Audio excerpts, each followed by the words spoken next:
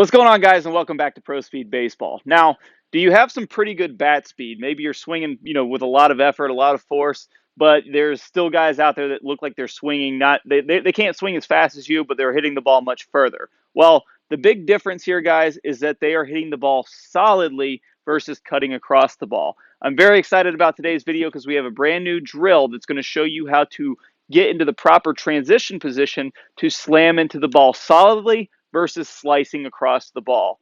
Let's go ahead and get started. All right, guys, I'm really excited about showing you this drill today because we've had some online students, and actually I've had some recent in-person students come in that have this exact problem where they're slicing across the ball. A lot of force. If you were to measure their bat speed, we'd have a lot of bat speed, but the exit velocity is not even near where it should be for the amount of bat speed. What that looks like, guys, is why we're getting this is because we're slicing across the ball like we talked about in the intro.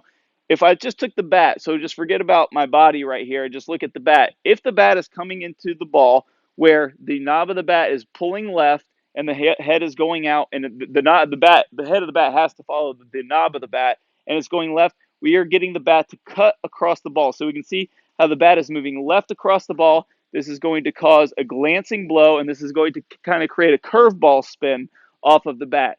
But what we want to be having coming off the bat is a fastball spin, a straight backspin line drive. That's what gives us our exit velocity, our speed, our home runs, everything like that. So if the knob is going left and the barrel is going left and this creates a slice, what we want to have happen is we want this barrel to come in such a way that when we get to the release position, when we start releasing the bat, that this knob almost acts like hinges on a door. So hinges on a door don't move, but the door slams into the ball. That's what we want. If we can get this bat to slam into the ball, we are going to get that solid strike off the ball where we're not getting the glancing blow. We can get more of a backspin line drive. So if you take a look at one of our Pro Speed Baseball students right here, you're going to see lots of speed in this swing. Is very powerful athlete, very powerful hitter, but we're getting a glancing blow. You can clearly see in transition, the tip of the bat is in front of his arm as he's going into the max lag position.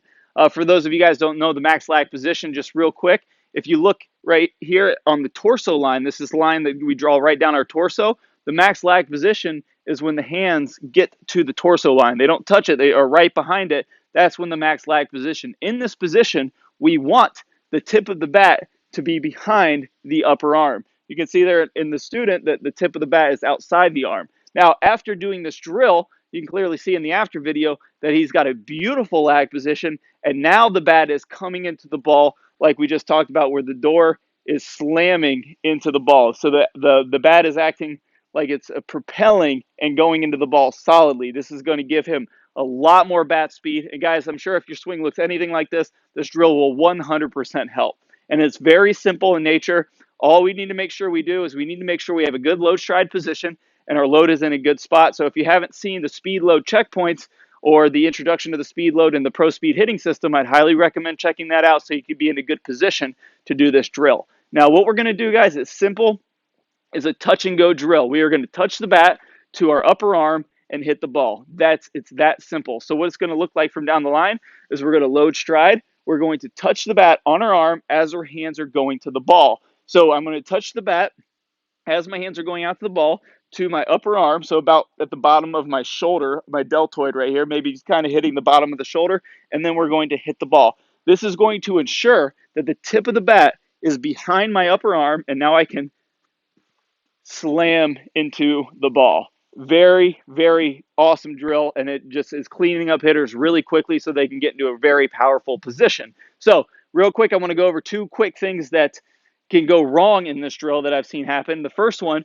is where a hitter will try to take their arm to the bat versus letting the bat hit the arm and then going to the ball. The second big one is that in transition, before they transition, before their hands start moving forward, they simply just drop the bat and touch the arm and then try to swing. It will kind of work, but it's not what we want. What we want to have happen very specifically is we want our hands to be moving forward towards the ball. They want to be advancing towards the ball, and as they're going forward, the bat is going to touch the arm, and then we're going to make a swing.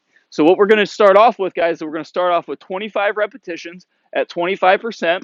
So what we're going to do is get into our load stride position here. And all I'm simply going to do is, as my hands are going to the ball, I'm going to touch my arm and make a nice 25% speed swing and hit the ball. So just nice contact. And you can see right here clearly in the slow motion video, the tip of the bat is well behind my arm and we can slam into the ball. So I'm going to show you one more here from face on. 50% swings, guys, another 25 repetitions at 50% where we touch the arm and make a swing. So we're going to load stride. We're going to touch the arm and make a swing. And this is guaranteeing that that bat is going to be in that position. So get another 25 repetitions there at 50%. And once you get that in, what we're going to do is we're going to go up to 75% swings with this same intention. At 75%, things are moving kind of fast, so it's kind of hard to touch the arm. But what we want to feel is we almost want to feel like we are going to touch the arm, but there's just going to be a little bit too much speed at this point to actually touch it and make a good swing. So you'll have to use your camera. That's a great setup. Use your phone, use your tablet, whatever you got to do to set it up so you can see that in transition, the tip of the bat's going to be behind your upper arm so you can slam into the ball. So my intention here is to touch my arm, but I know because I'm creating a little bit too much speed at 75%, I can't quite do it. So I'm going to load straight here. I'm really going to try to touch it. And then, of course, we're going to get a great lag position. We can slam right into that ball and let it rip. Guys, after you get that 25 at 75%, go ahead and give me 25 more at game speed where you're really letting it rip. And what you're going to feel here is it might feel a little bit different at first, but the more you do it, it's going to be like, why was I not doing this my entire life? Because you're going to be able to really see, hear, and feel the ball come off the bat so much faster because you're no longer hitting a glancing blow across the ball. So we're going to do one here at 100%, nice and hard. And my intention again is to touch the arm and hit the ball. Yeah, so nice crack. Everything feels good. Guys, get out there, get this drill done, touch the arm and go, and you're really going to notice a big difference in how you're striking the ball. Guys, thank you so much for watching the video. I hope you enjoyed it. And if you did, stay tuned. I got an even better bonus video coming up for you. These two drills, the one that I'm going to play at the end of this video, which you can watch by clicking on the iCard that pops up in the top of the screen or the link in the description below. These two drills go together beautifully. We have the wall drill and the touchy arm and swing drill. You can actually combine these two. The wall drill is going to make you get into a great lag position, and you can do it literally in one swing. I highly recommend checking that video out. And again, guys, thank you so much for watching. Good luck with your games. Good luck with your swings, and we'll see you guys soon.